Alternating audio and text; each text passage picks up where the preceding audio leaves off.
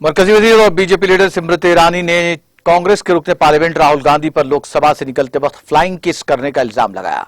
उन्होंने राहुल गांधी को बदतमीजी करार दिया और कहा कि पार्लियामेंट ने इस तरह की गैर मुहज्जब हरकत कभी नहीं देखी।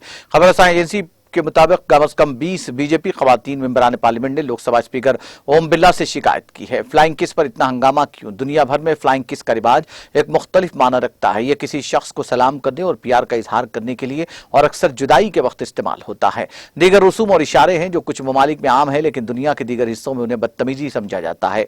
स्मृति ईरानी ने राहुल गांधी का हवाला देते हुए कहा, सिर्फ एक बदतमीज आदमी ही पार्लियामेंट में फ्लाइंग किस कर सकता है, जिसमें खवातीन मेंबरान पार्लियामेंट को सेट किया गया है, जिसे कल पार्लियामेंट में बहाल किया गया। उन्होंने इल्जाम लगाया कि गांधी के इक़दाम में वक़ार की कमी है। बीजेपी खातून मेंबर पार्लियामेंट ने गांधी के मुबैना गैर मुहज्जब इशारे पर लोकसभा के स्पीकर ओम बिरला से शिकायत की है और उन पर खवातीन की तौहीन का इल्जाम लगाया है।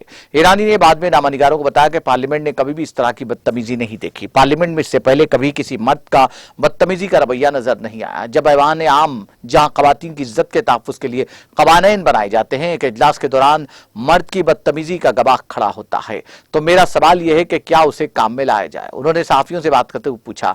बीजेपी एमपी पूनम महाजन ने फ्लाइंग किस का हवाला देते हुए एनडीटीवी को बताया कि तकरीर के आखिर में राहुल गांधी का इशारा जाहिर करता है कि उनकी परवरिश दुरुस्त नहीं है। उन्होंने कहा कि प्रेस गैलरी में बैठे तमाम लोग भी देख सकते हैं कि उसने क्या किया। इसका इशारा बहुत शर्मनाक था। जब आप पार्लियामेंट के रुकन हैं तो आपको मालूम होना चाहिए कि किस किस्म की जबान इस्तेमाल की जाए।